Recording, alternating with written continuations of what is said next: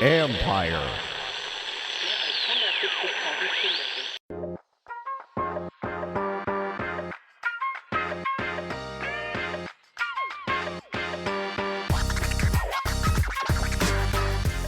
Welcome to Inside the Cap. I'm your host, Joel Corey. You can find me on Twitter at Corey Joel. That's CORRYJOEL. And also read my regular CBSSports.com column, Agents Take, on NFL contracts and salary cap matters. Well, the midseason contract extensions continued on Friday. We had two. Tim Patrick, the second receiver for the Denver Broncos, $30 million 3-year extension, $18 million in guarantees, maxes out at $34 million, I think $34.5 million if he hits his incentives. But that's not what we're going to focus on. The bigger deal was Dallas Goedert becoming the NFL's third highest paid tight end by signing a 4-year, $57 million extension. There are, contrary to reports, there are $35,127,549 is guaranteed. Technically, the amount fully guaranteed at signing is $14,877,549. What's virtually guaranteed is $29,127,549, and by that, it's because I say virtually guaranteed. His 2023 base salary becomes fully guaranteed next March 18th. They're not cutting him before next March 18th. His 2023 salary vests in 2022 is guaranteed for injury right now. There's some discrepancies in what was reported. Some reports had it at $57 million over 4 years in the new money. Others had it at $59 million. It is only $59 million if he hits all of the performance bonuses, which are in his case in the form of salary escalators. In the salary escalator concept, at least the first escalator was borrowed from Zack Ertz's contract extension that he signed in 2016. The 22 through 25, I should say 22 through 25 base salaries will escalate $250,000 annually by Goedert being named first or second team All-Pro by the Associated Press. Tough standard. Ertz's was Pro Bowl selections for his escalators. Then there's a jumbo escalator in 2025 where if 2 out of the 3 years, 2022 through 2024, he is first or second team All-Pro by the Associated Press, an additional $1 million escalator. Tough standard, so he's going to have to elevate his play to get there. But that's just the broad strokes of the deal. Now we're going to get to granular details of it. Signing bonus in the deal is $10,218,660. Base salary heading into the deal was $1,246,947. Base salary for the remainder of the year drops to $920,000. So what that means is for the rest of the year, Eagles are going to pay him $489 in base salary, 8/18 of the base salary at the new number. He's already gotten 10/18 at his original base salary, so that's $692,748 is already made. Total base salary for the year, $1,101,637.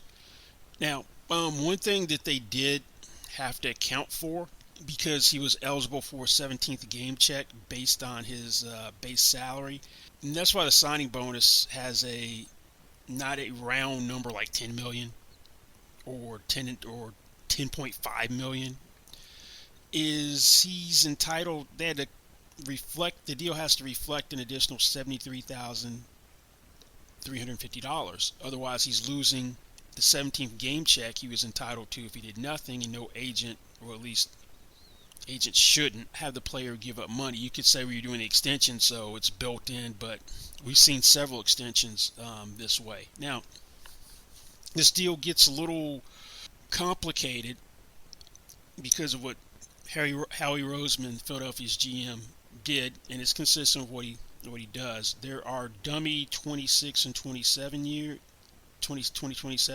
in this deal. It's a 4-year extension to accommodate bonus proration. Now, Goedert's base salary in 2022 it's listed as $4.25 million.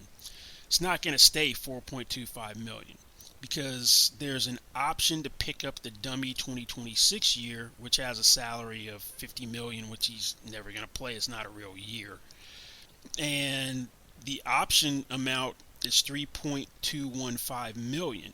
And when they pick up the option between the first and 10th days of the 2022 league year, the fully guaranteed $4.25 million base salary reduces to $1.035 million. So then you're going to have new proration coming into the deal, that you're going to prorate this option bonus 22 through 26 at $643,000 annually on the cap for those 5 years. In 2023, he's got a $14 million base salary and a $250,000 workout bonus, 80% participation. Both were guaranteed for injury at signing. They both become fully guaranteed on the third day of the 2022 league year. That's next March 18th. There is a second option to pick up the 2027 year associated with this 2023 year. Now, this $14 million salary isn't going to stay the same. It's going to drop to $1.08 million, same 10-day window between the first and 10th day of the 2023 league year to pick up the option. And that's going to reduce the salary to $1.8 million, and $12.92 million is going to be the option bonus to pick up this dummy 2027 year. And when you do that, you're going to add more proration into the deal. So for years 2023 through 2027, there's going to be proration of $2.584 million those 5 years. So in terms of the new proration, I didn't tell you what the signing bonus proration is. That's for 2021 through 2025. That's $2,043,732 per year. So you're going to have multiple sets of proration in this deal. In 2024 is $14 million salary, $250,000 workout bonus. The workout bonus is not secured in any manner. 2025, $14 million salary, $250,000 workout bonus. Now, $6 million of the 2024 base salary is guaranteed for injury right now. On the third day of the 2023 league year, that $6 million becomes fully guaranteed. At least from a security standpoint, it's structured properly, in my opinion, where the full guarantee vests a year earlier than when that actual year comes up. Now, I don't like about the deal, and I'll give you what the cash flow in the deal, because in terms of new money earned, Goedert is going to have, and the signing bonus is payable within 15 days execution. It's going to have $10 million more of new money this year. Through the first new year, $14.25 million. Through the second new year, $28.5 million. Through the third new year, $42.75 million. And obviously, if he plays out the entire deal, gets the $57 million, and that's the base value. This is a flat deal when you start getting into how much money after the first year, second year, third year, like that. And that's how agents will look at a deal. It's 25%, 50%, 75%. Now, what was an important deal, obviously benchmark for Goedert, was topping Mark Andrews, who right before the regular season signed a 4-year, $56 million extension, averaging $14 million per year, maxes out at $57 million with incentives. Andrews had 30.1 fully guaranteed, actually 30.083 million fully guaranteed at signing, and 37.583 million in total guarantees. Now, the reason why I say Goedert's guarantee is a little over 35.125 million, you can't count money he's already earned. If you add in the basically 700,000 he's already made, then yeah, that's where you get this $35.7 million guarantee amount, which was been reported, but that's not technically accurate. Big difference in the cash flows of Andrews and Goedert's deals. It's like night and day, at least to me. The Andrews deal blows it away. Yeah, the new money through this year, the final year of the rookie contract, Goedert's ahead, 10 million to 7.5 million. Big jump. New money through the first new year, which is 2022. Andrews is at 26.5. Then he's at 34. Then he's at 45. So through 2022, Andrews 26.5, Goedert 14.25. That means Andrews has 47.3% of the new money through 2022 and 60.7 through 2023, then 80.4 through 2024. This contract is front-loaded. Also, in the final 2 years of Andrews' deal, they have to make a decision early on him. He's got $4 million fifth day of the league year roster bonuses, so they can't squat on him and then decide, we want to force a pay cut or release him. So from a structural standpoint, I'll take Mark Andrews' deal every day of the week. Fortunately for Goedert, they traded Zack Ertz. I don't think this deal gets done if Zack Ertz is still on the roster, because they'll be in this timeshare that neither guy was happy with. They were trying to give them a pretty similar even distribution of snaps. This opened the door for Philly to confirm in their mind that he could be the clear-cut number one tight end and produce. Well, what I say to that is, as soon as you traded Zack Ertz, you handed Dallas Goedert a ton of leverage, because there's no way you're going to let him walk out the door after trading Zack Ertz. So he was always going to get a deal done in Philly, or at least be there in 2022. The question was, would you stick a franchise tag on him and have to go through that whole process before doing a long-term deal? But Philadelphia is one of the more proactive teams in getting core players done early, and they're not afraid of the mid-season extension.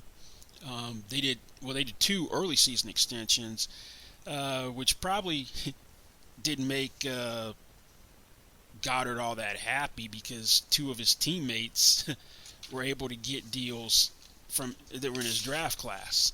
Jordan Mailata, tackle, signed an extension, and Josh Sweat, defensive end, signed an extension. But finally, Goedert gets his. This episode is brought to you by FanDuel. Football is back, and the best bet you can make is downloading the FanDuel Sportsbook app. It doesn't matter if you're new to gambling or an old pro, FanDuel has something for everyone. And as an official sports betting partner of the NFL, you know your bets are safe. There's also never been a better time to use FanDuel, because right now, you'll get up to $1,000 back if your first bet doesn't win. You can even turn a small wager into a big payday with a same-game parlay bet. Just sign up with the promo code Spotify to place your first bet risk-free on FanDuel Sportsbook. Download FanDuel today. 21 plus and present in New Jersey. First online real money wager only. Refund issued as non-withdrawable site credit that expires in 14 days. Restrictions apply. See terms at sportsbook.fanduel.com. Gambling problem? Call 1-800-GAMBLER. Couple guys who are probably going to be interested in this extension: Mike Gesicki of Miami, Dalton Schultz of Dallas. Because what we saw is that the tight end market grew by leaps and bounds since the start of free agency 20. There weren't, at the beginning of the free agency, March 2020, no tight ends over 10 million per year. Austin Hooper became the first. Then George Kittle really dramatically changed the tight end market, which had been stagnant. He's the highest paid tight end at 15 million per year. 40 million in guarantees, which is the most in the contract. 30 million fully guaranteed. It's signing. Then there are two deals this offseason which were surprising. Nobody was expecting Hunter Henry and Jonnu Smith to both get $12.5 million per year deals, particularly from the same team, the Patriots. Jonnu's 4-year deal, Henry's 3-year deal. Jonnu has $31.25 million fully guaranteed at signing, which is the most ever in a tight end deal. And these guys weren't super productive. Contract year stats for Jonnu Smith: 41 catches, 448 yards, 8 touchdowns. And for Hunter Henry, contract year stats, and he's playing on a franchise tag: 60 catches, 613 yards, 4 touchdowns. And Jonnu Smith in particular is not really holding up his end of the bargain in terms of the salary this year. 22 catches, 210 yards, 1 touchdown in 10 games. Henry hasn't missed a game. He's played all of them. He's more earning his keep: 33 catches, 378 yards, and 7 touchdowns. So there was a deal done back in the summer, which these guys would probably be insulted with if Miami and Dallas tried to extend Gesicki and Dalton Schultz for Logan Thomas money. Logan Thomas signed for just over $8 million per year on a 3-year extension with the Washington football team. That's not going to fly to get these guys done. Now, Gesicki last year, 53 catches, 703 yards, 6 touchdowns. This year, right now he's tied for 4th in receptions for tight ends, 44. He's 4th in yards with 529, 2 touchdowns. That's projects in a 17-game season, 75 catches, 899 yards. So I don't think he's going to be looking for anything less than Hunter Henry, Jonnu Smith to stay put. Yes, franchise tag could come into play. I project that number to be 10.936 million. If the salary cap reaches its ceiling of $208.2 million, that would be regardless, it should be 5.253% of the cap, no matter what number it is. Now, Schultz is an interesting case from the standpoint that he wasn't guaranteed a starting job this year. That Blake Jarwin, who opened the door for him to play, who was the starter going into 2022, had a season-ending knee injury in the first game in 2020, and Schultz had a breakout year: 63 catches, 615 yards, 4 touchdowns. He won a training camp battle over Jarwin for the tight end job, and he got off to a fast start. He solidified it. Jarwin has a hip injury and is out right now, but Schultz, 38 catches, 438 yards, 3 touchdowns so far. He's tied for 8th in receptions among tight ends and 7th in receiving yards. Now, what's interesting about Schultz, you wouldn't expect it, but he is 2nd among tight ends in yards after catch. He has 217 yards after catch. You wouldn't expect Dalton Schultz to be 2nd among tight ends in that category. First is Travis Kelsey, and we'll get to him in a minute. But Schultz projects to 72 catches, 827 yards. So he's probably going to be setting his sights also on Jonnu Smith and Hunter Henry, but I can't see him accepting anything under Austin Hooper. And Hooper was the first tight end to get over $10 million per year. And that's with Cleveland. 4-year, $42 million contract as a free agent, averaging $10.5 million per year. $23 million in overall guarantees, $18 million fully guaranteed at signing. I think those tight ends are probably the most interested that are going to be free. Now, two guys who probably are like, wait a minute, should be Travis Kelsey. because the deal he did right after George Kittle's, same day, a few hours later, it averages $14,312,500 per year. He's the second highest paid tight end in the league, and I think he's the ceiling for these guys because he is the most productive tight end in the NFL. He had 2 years left on his contract. Didn't need to do the deal when he did it, but he did it, and it is one of the most team-friendly deals I've ever seen from a structural standpoint. He should have waited until he was coming into his contract year, particularly with the year that he had in 2020, which was arguably the best tight end season in history. Set the single-season receiving yardage record, 1,416 yards for a tight end. Had 105 receptions, fourth most for a tight end in a season, and his 11 touchdown catches tied for the league lead among tight ends. He is the only tight end to have 2 seasons with 100 catches, 1,000 receiving yards, and 10 touchdown receptions. Dallas Clark is the only other guy to do that. He's done it twice now. So if he waits, Kittle's at 15, with the year he had, does an extension, to me, after Jonnu Smith and Hunter Henry get done, it's at least 16, and the structure couldn't be any worse than it is now. And the one tight end that I really feel for, Darren Waller. Waller did a deal in the middle of 2019 season. I understand why he did it. Had drug issues, overcame them, was signed off the practice squad from Baltimore. Has a breakout. He's in the middle of a breakout season. Would have been a restricted free agent. Goes on to have 90 catches, 1,145 receiving yards, 3 touchdowns. Now, no one expected him to keep taking a leap forward. When he did the deal, he gave up 3 unrestricted years. In the negotiation, they were factoring in that he was going to get a tender of a second-round tender. So when you have a guy who doesn't have UFA rights or isn't going to be an unrestricted free agent that year, you stipulate the tender's going to be this. We know we have him for this, so we're trying to figure out how much the UFA year's worth. And they end up being valued at slightly over $9 million per year. Darren Waller in 2020, 107 catches, 1,196 receiving yards, 9 touchdowns. He's under contract through the 2023 season. He's dramatically underpaid for a tight end, given where the salaries are going.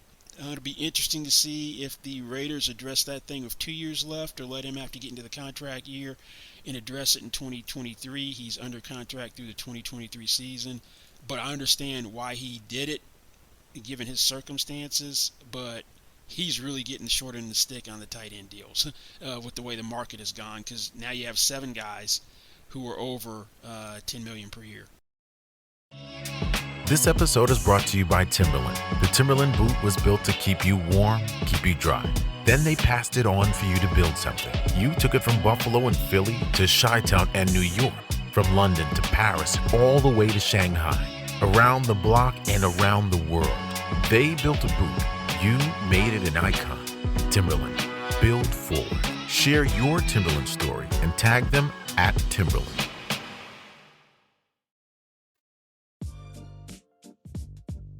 Okay, there are a couple other tight ends who have expiring contracts that are interesting to me. First up is Zack Ertz.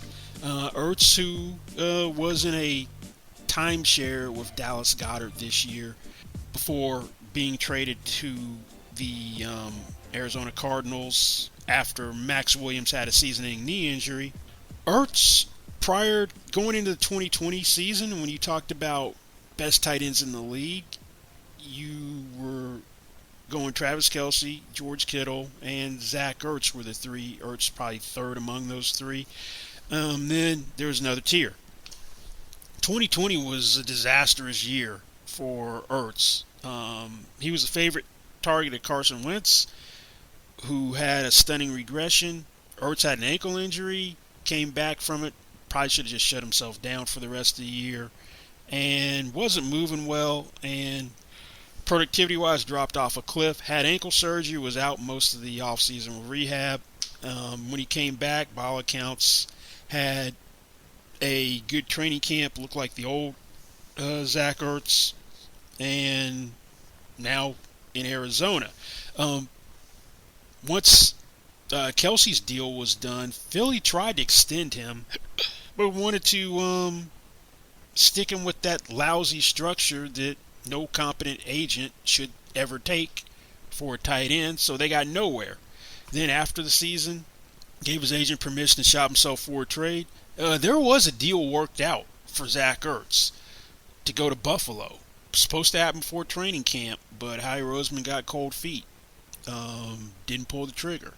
And Ertz came back, and they found out things didn't work. Him, Goddard, the timeshare, and the Arizona injury opened the door. Ertz is 31 years old now. Now, the guy I look at, the case I look at for Ertz is Jimmy Graham. Jimmy Graham, most productive years were in New Orleans before he got paid. They traded him 1 year after signing him to become the first $10 million per year tight end. And I believe that was 2014. Goes to Seattle, isn't quite as productive in Seattle as in New Orleans. Then when he's out of there, at 31, signs for Green Bay for $10 million per year. Then starts declining. 33, goes to Chicago Bears, signs for $8 million per year. So Jimmy Graham getting $10 million per year a couple of years ago from Green Bay. Same age Zack Ertz is right now. Ertz is making $8.5 million this year. He's playing on a team where he's going to see less defensive attention than he's had in a long time in Arizona when they have a full complement of receivers with DeAndre Hopkins, who's out for hamstring injury. That's where the defense is going to focus. You got A.J. Green on the other side, who showed signs of life compared to what he was last year in Cincinnati and is healthy. Christian Kirk also. So you'll get a good look in their playoff team. You're going to get, and you've seen that he can move better than people thought in Philadelphia. Yards after catch were not something that you saw too much with Zack Ertz, because I'd say partially because of defensive attention. But second game, a lot of yards after catch on a touchdown, and he looked like he was moving fairly well, so he'll be an interesting one. Two others, David Njoku in Cleveland. First round pick, who's on a fifth-year option of $6.013 million.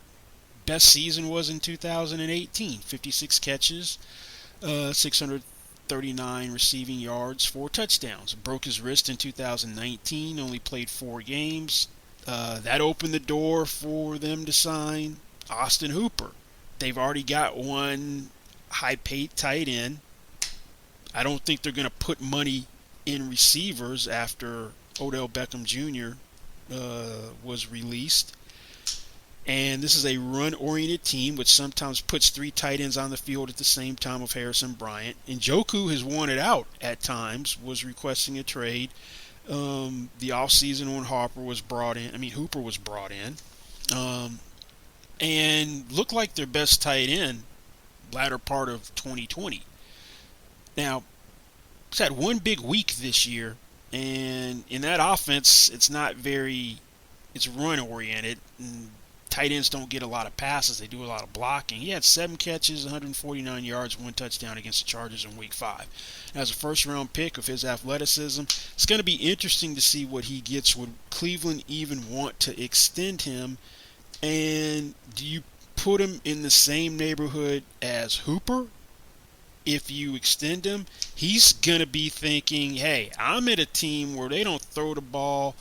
You put me in a place that's more pass-friendly, pass-catcher-friendly. I'm going to put up some decent numbers as a first-round pick. He's probably saw those Hunter Henry, Jonnu Smith deals. Is thinking, hey, I'll take my chances on the open market. The other guy that is interesting to me is another first-round pick, Evan Ingram, also on a 5th-year option. This is with the Giants, $6.031 million as well. His most productive year was his rookie year. 64 catches, 722 yards, 6 touchdowns. Last year, went to the Pro Bowl, and that's really because out of process of elimination. Zack Ertz had been a fixture in the Pro Bowl. George Kittle, if healthy, was going to go. Neither one of those guys were healthy last year, so that opened up spots for the Pro Bowl you normally don't have. And Ingram gets there. 63 catches, 654 yards, 1 touchdown. He was a subject of trade rumors at the trading deadline that maybe he'd go to Green Bay. Didn't happen. I don't know if he's in the Giants' plans, but super athletic tight end, blocking's not his strong suit. We'll see how much that first-round pedigree plays into him should he hit the open market as well. Njoku, more complete tight end out of those two, Ingram and Njoku. But it'll be interesting to see how this tight end market shakes out, particularly in free agency if you get to there, or extensions for guys staying on the same team, especially in light of the developments in 2021. We had the Jonnu Smith, Hunter Henry deals, which were surprising. Nobody saw them getting $12.5 million per year. Mark Andrews, that deal made sense at 14. Goddard coming in at $14.25 million per year on Friday. And really, you can tell that Andrews deal was a benchmark for him, beating the $14 million new money average. Goddard, second-round pick. In 2018, Andrews, a third-round pick. So, in sum for this Goddard deal. As I said, $57 million over 4 years in the new money. Maxes out at $59 if he hits all the escalators. There is $1,027,549 in guarantees. Technically, $14,877,549 is fully guaranteed at signing. From virtually guaranteed at signing because of the structure, $29,127,549. Not a huge increase in the cap for this year. 2021 cap number goes up $1,898,422. The cap number in 2022 is low. It's going to be $3,721,732 after the option is exercised. Cap numbers in the last 3 years jumped dramatically, 2023, 24, and 25. Same cap number of $19,520,732 after you, and this is after you exercise the two options. If he plays out the deal, because of the avoiding dummy years, the 2026 and 27 years void, like 23 days before the 2026 league year starts. So if he played it out, Philadelphia will have dead money of $5.811 million, a cap charge because of the proration in those 2 years.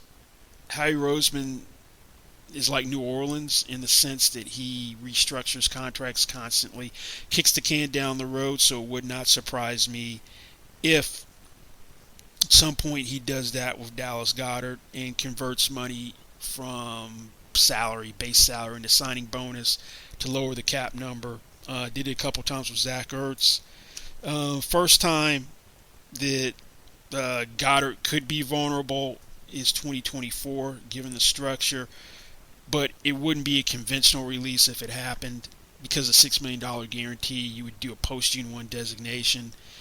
There'd be a total of $22,352,464 in dead money should you release them conventionally, but you do a post-June 1 designation, split it over 2 years, and then the dead money would be $11,270,732 in 2024 and $11,081,732 in 2025. So 2025 he'd be more vulnerable, and that'd be your dead money in 2025 versus $19,520,732 $32 cap number.